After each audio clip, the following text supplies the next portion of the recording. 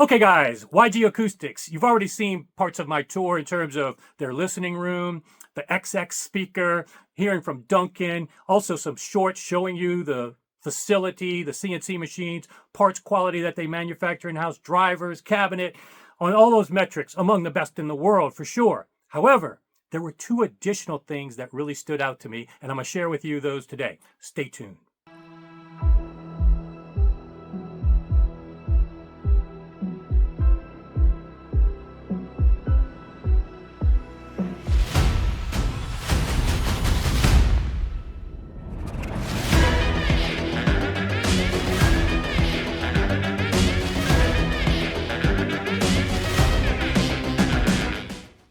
Okay, guys, welcome back to the channel. Hope you've been enjoying my coverage of YG. I've shared with you their listening room, the XX, some shorts that show the facility, the tightest tolerance to details of parts quality, cabinet construction, even driver construction, certainly on all those metrics among the best in the world. But what I wanted to share with you today is an interview I had with the CEO. And what I wanted to focus on when I sat in front of him was not just, hey, give me your background, how'd you get into this, yada, yada, yada. I wanted to focus on two things that I heard and wanted to share with you, because that's one of the values I can give you in these tours. Yeah, I'm going to give you eye candy and the normal footage, but sometimes things are told to me off camera that aren't covered or maybe missed if you don't pay attention to subtle things. And two things really resonated with me at YG outside of all those other things you already can obviously see. Number one being they put just as much emphasis in the aesthetics as they do to the parts quality, the driver construction, the cabinet construction.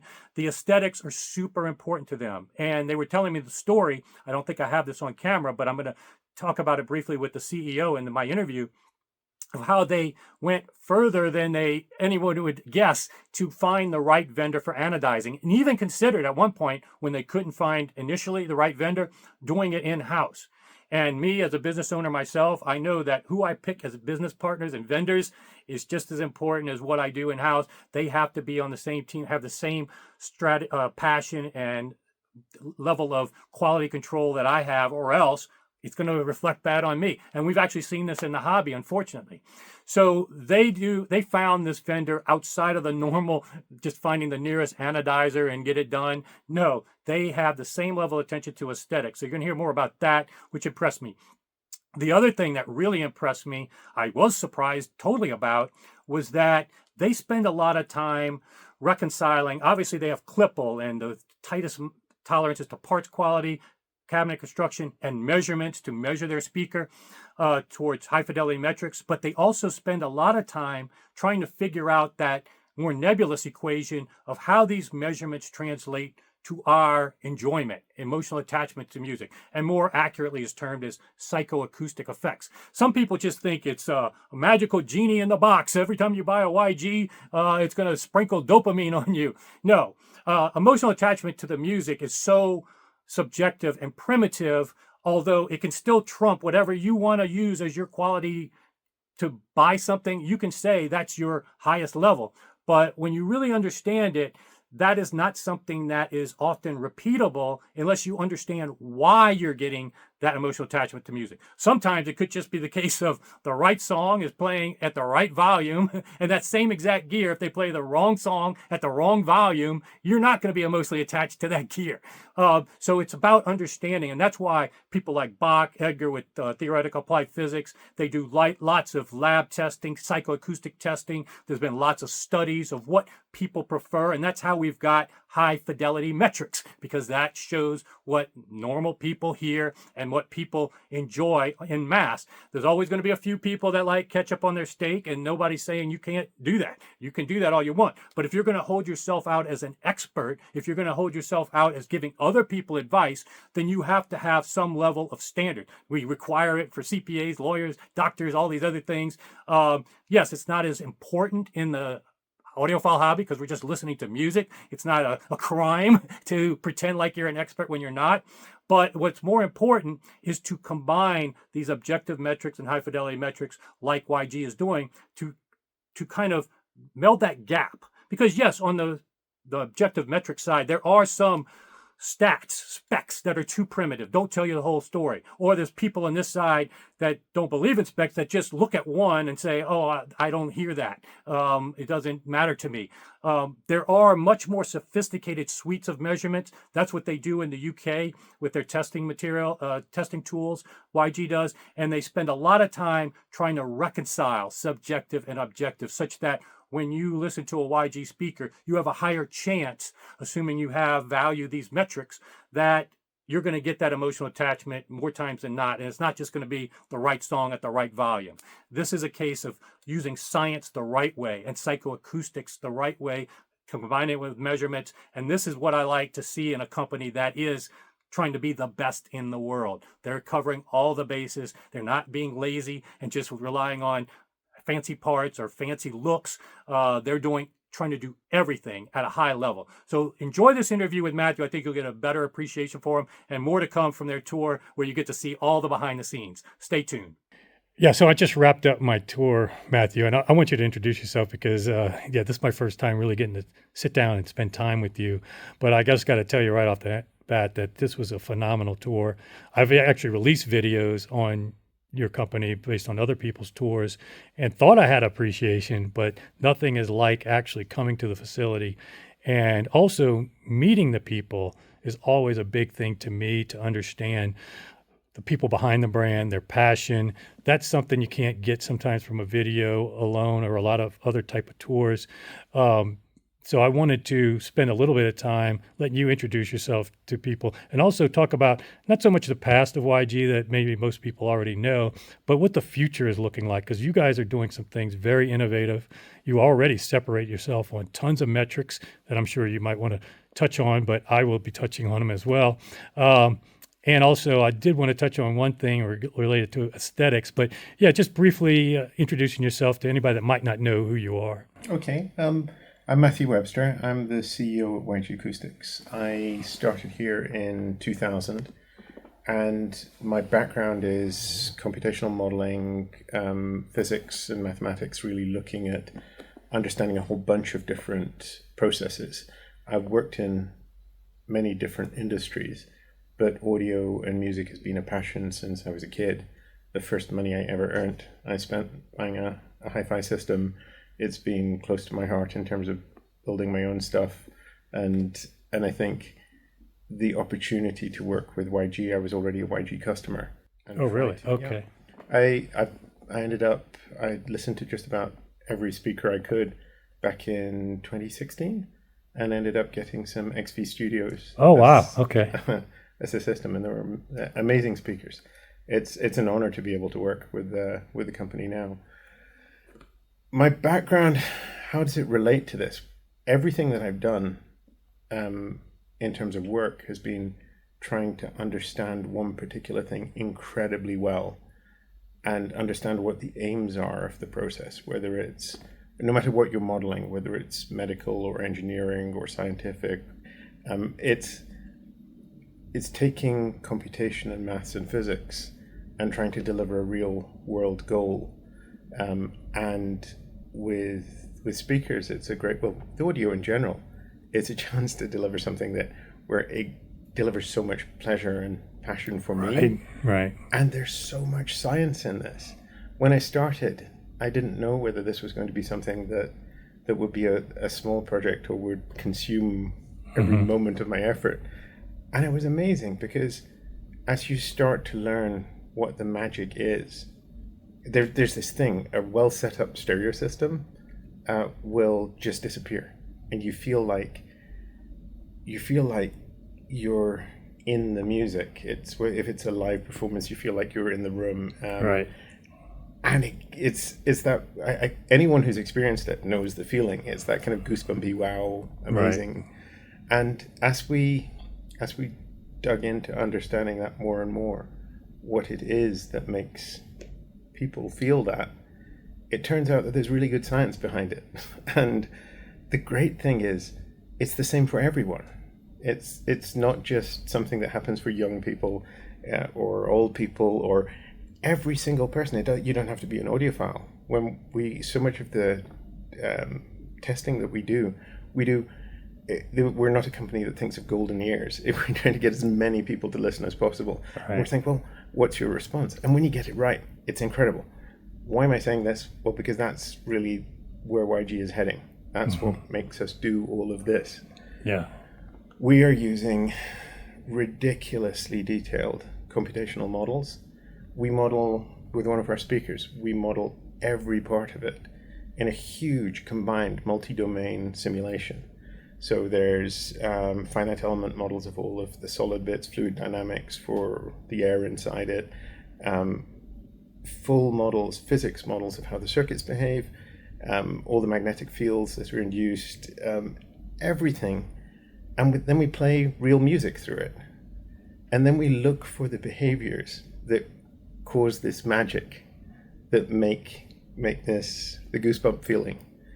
And as you build this understanding and the simulation capability, there's so many things we want to do.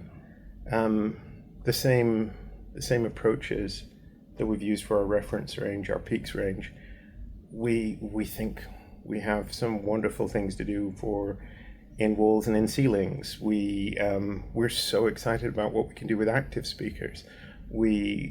Headphones, there's some great ideas we have for headphones. Our problem is that our research and development is 5 years ahead of where we are. Yeah. and it's the excitement of where you can go with this combination of understanding what makes human ears completely believe a sound field, and how you can deliver that with drivers and electronics and all of the technology behind it. So a long answer, but but it's a very important answer, because I think sometimes in this hobby we've grown accustomed to just thinking of things in nebulous, this voodoo in the box that causes it, and there's always the polarizing measurements versus non-measurements. But what you're doing is a next level of measurement. I think there's ways to criticize just basic measurements. Yeah, that doesn't tell you all the time exactly how it's going to sound and give you those goosebumps. But if you spend enough time doing that, it's not just hocus pocus. No. It can actually be recorded. Exactly. It can be repeated. It can apply to a non-audiophile and an audiophile. And, assuming you're not alien-like with your taste, which occasionally you come across those people, but these things can be put into metrics, can be 100%. Identified, and you guys are doing that. And that's a level I don't see with a lot of brands, obviously at different price points, but even at the high price points, you guys are separating yourself on that level to a lot. You'll see it in the tour, meticulous level of winding your own inductors, making your own cones, the tolerances. And one thing I did want to get from you, because this is something I've seen in the hobby as well, these are pieces that go in our homes, and aesthetics are extremely important. And you were telling me about what you guys go through just to find the right anodizer for your speakers, because the anodizing is beautiful, meticulous. This really is something to be proud of. I know my friend Carl, who did the other tour for me, he ordered a pair of a beautiful anodized finish that I just got to see today. That's very hard. You couldn't paint that the same way. But one thing that I think, and I'll let you speak for this, but I was very impressed, is that you just didn't look who's the closest anodizer around here, pick that person, and then live with you. It's just like I think I use the analogy, if you're craving Chinese, you just don't go to the nearest Chinese buffet. You want to find the best Chinese or the best sushi. You went out and found the best anodizer, which actually took a little bit of effort. So I'll let you talk a little bit more. But I'm not good on short answers. This is going to hit a whole bunch of things. Part of this goes back to what you said at the beginning. You said doing the tour. If you look around here, next door there's $8 million of CNC machines. It's a crazy investment for an audio business. What we put into this factory, what the technology we put in, it's really easy to measure the machines and the dollar investment. That's not what makes these speakers. Those are great enabling technologies. It's the people here. We have a team where every single person is so passionate. If anything isn't perfect, they get angry. They want to fix that problem. That extends all the way through the company. I know lots of people say that, and it's probably true of many audio companies. This is a sector full of passion and obsession. For us, to be able to get the performance that we want, there are very few alternatives to working in metal. It gives us the level of precision that we need, and certain aluminium alloys are pretty much ideal for making speakers. The problem when you come to finish these, because it's the same, I don't think anyone here should lose track of, we're in the business of joy and happiness and enjoying the experience. The detail and the meticulous accuracy in bringing out every detail, yeah, that's great, but you have to be able to enjoy listening to music on these things. Right. And part of that is it's in your house. Yes. There's an excellent category of people who can have dedicated listening rooms and don't care what the system looks like. It just has to behave perfectly. But for the vast majority of people, it's part of their home. And even those people with dedicated listening rooms, what you see and the ambience of the room is an important part of how you enjoy the whole thing. Aluminium is such a pain to finish. Mm-hmm. When we're finishing, our tolerances on all of our joints are down to 1/10 or 20th the thickness of a coat of paint. So even if we wanted to paint it, we can't. Paint just does not work with the way we build and assemble our cabinets. So we're looking at anodizing finishes, which are these finishes which affect the very top layer of the aluminium and put the color and the coating into that layer. To be able to do this, anodizing, the vast majority of anodizing companies see this as a commodity activity. From their point of view, they're making, fire extinguisher handles red is their main business. We needed to find an anodizer who understood that this was a huge expression of what our speakers looked like. Right. And picking the color and making it work and making it a durable, beautiful finish was a key part of the relationship. And we started locally. We searched further and further away until we found 2 partner anodizers who can really work with us. And one in particular, which just shares our passion so much and gets so excited about the finishes. And that's brilliant, because as a company, if we hadn't been able to find that, our only alternative would be to anodize ourselves. In so many areas, we've ended up pulling things in-house. Right, yeah. Because we just can't find a third party who'll do what we want. Fortunately, touch wood, anodizing is an area where we found a fantastic partner. Well, it looks fantastic. You could see some examples. Yeah, it's beautiful. And yeah, this is the type of attention to detail that I think, if I had to title a video, it's attention to detail. And if I could, it's a macro and micro attention to detail, everything from aesthetics to even the inductors, how they're laid out on the board, the construction of the drivers, even the waveguide. People may look at these waveguides. It's not a traditional waveguide. Everything is very meticulous. That is commensurate with, even more so, you could argue, like high-end watches, where everything under the hood is so meticulous, done in-house, not, and if you do, use outside vendors, it's ones that you've vetted carefully. It's not just about who's down the street that can do it the cheapest. And so when you spend this money, which we all get grief about the money spent, in a lot of respects, that's warranted, because sometimes what's behind the hood is not that great, and you can get equal performance for lower value, for lower prices. But in this case, there's a lot to be super proud of when you own a YG speaker, and things that I haven't seen anybody do in-house. So that's part of what I wanted to communicate to people, and as well as your commitment to bringing actives. They're probably the only high-end, or one of the few that I've seen. I think Gold Note's another one, but bringing active potential, or at least option for people to start. You can't put all your eggs in that basket. It hasn't been proven as terms of people getting past preconceptions and selling. But the way you guys are doing it under the hood is also not like traditional actives that people are used to, with a poor Class D amp and reliability and cheap parts. You guys are now saying that can be done at the nth level, And when you actually implement it, each driver having its own amp, each driver having the controlled DSP and everything, there is definitely potential performance that people are going to prefer.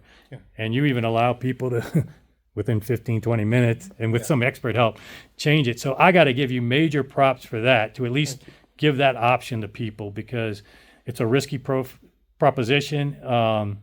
And when I see a company take those risks that are really based in truly advancing the hobby versus just Mark II, Mark III with minor changes, this is the type of company I can support. And glad that you gave me a chance to tour it today, get to know you guys more. Anything else you wanted to share? Or anything? No, I think I would just echo what you say about the active speakers.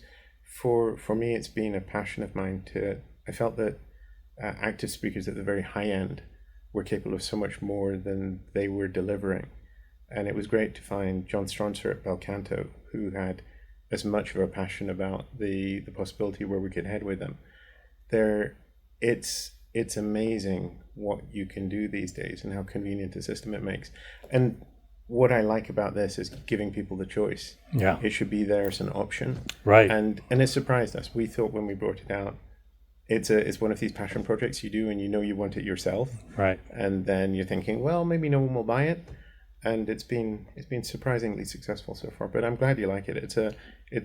For me, it's something I feel very strongly about. So it's always nice to see people who actually enjoy it. No, I think it's great because, some people are still going to have beautiful amps like Burmester, and they've matched it perfectly synergy-wise to their preamp, and they want to keep that. Totally fine. You're going to give them, we saw in the tour, and as people will see, your passive crossover is beyond reproach. But there are a lot of people that really don't have the acumen to match certain amplifiers with a passive preamp, run cables 30 feet. And even though each individual piece is great, guess what happens when they do that? It never gets the potential of the speaker or the individual components. So for people that don't have that acumen, the people have to have a self-awareness to say, hey, why not let the designer of the speaker optimize everything for me? And when it's done digitally and controlled, there are so many things you can do, and performance-wise, you can get out of it that's better. And you're not the only one saying that. There are lots of people who are saying it. They just don't make reactors because they don't sell. And so you're taking the risk saying, yeah, it's better, potentially better, preferable, but we're taking the risk to do it. And so that's worthy for me to feature people like you and alone. But there's tons in the video I'm going to release soon, guys, where you're going to see a lot of things at YG that make them special. So thanks again for the tour today. Thank you very much. Thanks for coming.